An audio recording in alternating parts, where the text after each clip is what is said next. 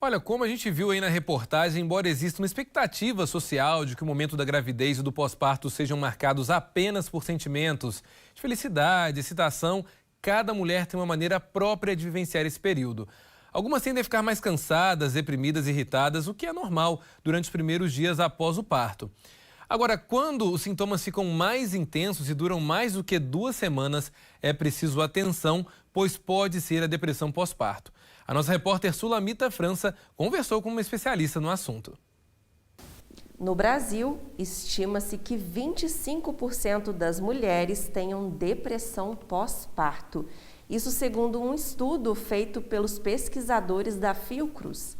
É como se 1 a cada 4 mulheres apresentasse a depressão pós-parto depois do nascimento do bebê. E sobre esse assunto a gente vai conversar agora com a psicóloga com formação em pré-natal psicológico, Amábile Garcia. Amábile, obrigada por estar com a gente hoje. Amábile, fala pra gente o que é depressão pós-parto? Então, Sulamita, a depressão pós-parto é um transtorno depressivo maior, né? Como você falou, a gente tem esse índice de 25%. Em regiões de maior vulnerabilidade social, esse índice pode ser ainda maior. Ela pode começar, apesar de ter o nome de pós-parto, ela pode começar ainda na gestação. Pode começar até 1 mês antes do parto, né? Por isso que a gente chama de depressão periparto ou perinatal atualmente. E ela também pode começar até 4 semanas após o parto. A mulher tem sentimentos de culpa, choro frequente. É um transtorno muito grave e que infelizmente afeta muitas mães. E aí nesse período de pandemia, os casos aumentaram de depressão pós-parto? Nós temos percebido isso sim, inclusive entre nós psicólogos que trabalhamos com gestantes e mães, a gente tem percebido esse aumento. No Brasil a gente não tem um estudo falando sobre isso, já saiu um estudo na Inglaterra em que o índice aumentou de 23% para 37,5%, então realmente a gente tem percebido. E que fator, Amábile, que pode ter levado, a esse suposto aumento? Tem a questão do isolamento social, em que essa mulher, a maternidade já é algo solitário, então está ficando ainda mais. Ela, inclusive, não pode fazer mais o famoso chá de fraldas, tão conhecido. E também tem uma questão relacionada às atividades físicas. A mulher, ela está mais em casa, mais isolada, fazendo menos atividade, tendo um menor convívio social mesmo. É complicado mesmo nesse período ainda mais de pandemia, conforme você falou. E qual dica que você daria para as mães nesse momento também aí de isolamento, Amábile?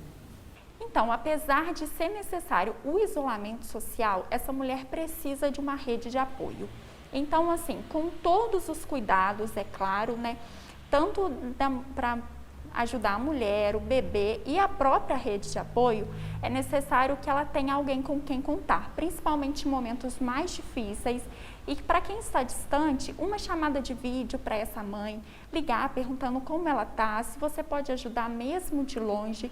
Então é importante a gente não deixar essa mãe totalmente isolada.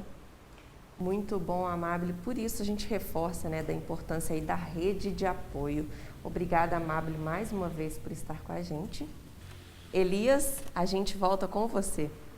Muito obrigado, Sula. E realmente são situações muito difíceis, A gente sabe que a maior parte das mães não passa por isso, mas é um número representativo que não pode ser deixado de lado.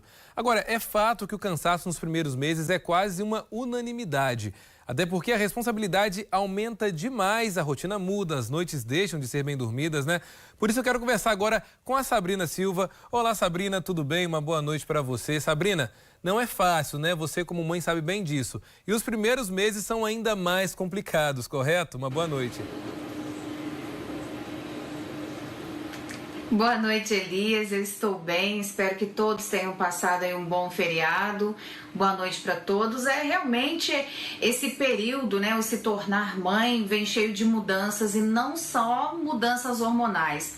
Sabe, Elias, a minha experiência como mãe, quando passei por todos esses processos, já fazem alguns anos, lembro assim que privação de sono, aquele momento de insegurança, isso tudo gira em torno. E não é só um fator hormonal, como todo mundo pensa.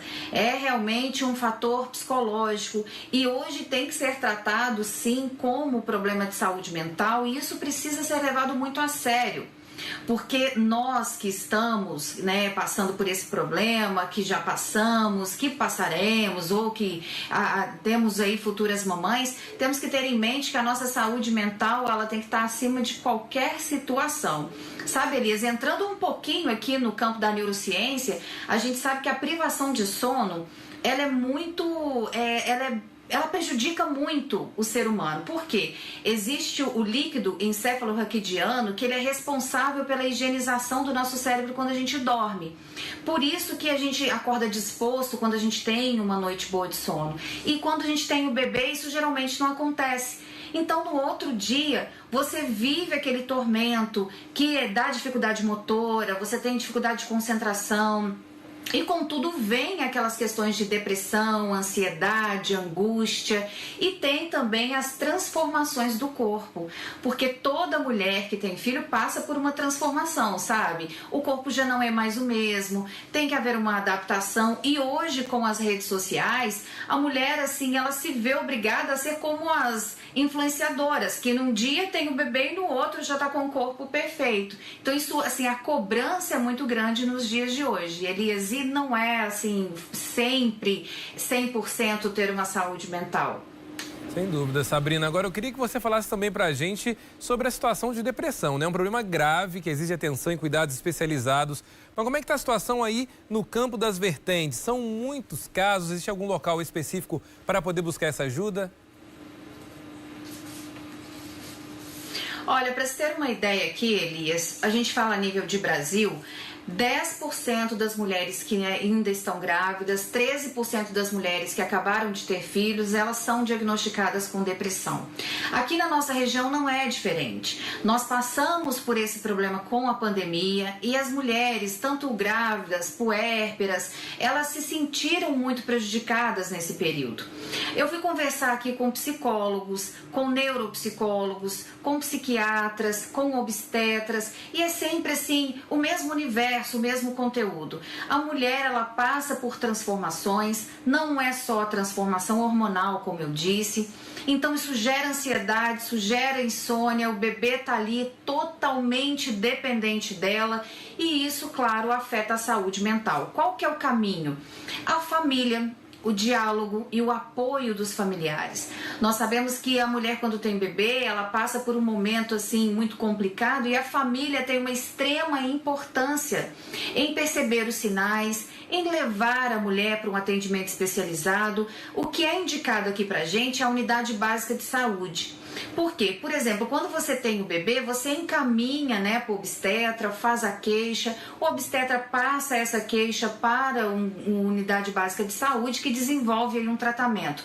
Somente um psiquiatra é capaz de fazer um tratamento medicamentoso, mas muito embora exista esse recurso, o psicólogo e outros profissionais, um atendimento multiprofissional, pode levar essa mulher, por exemplo, a terapias. A ajuda familiar é extremamente importante. Por isso, a responsabilidade gestacional e puérpera é da família. E os maridões aí de plantão têm que ficar atentos, porque a responsabilidade ela deve ser dividida. Não pode pesar para um só não, viu, Elias? Muito bem lembrado, Sabrina. Excelente fala agora. Eu concordo plenamente com você.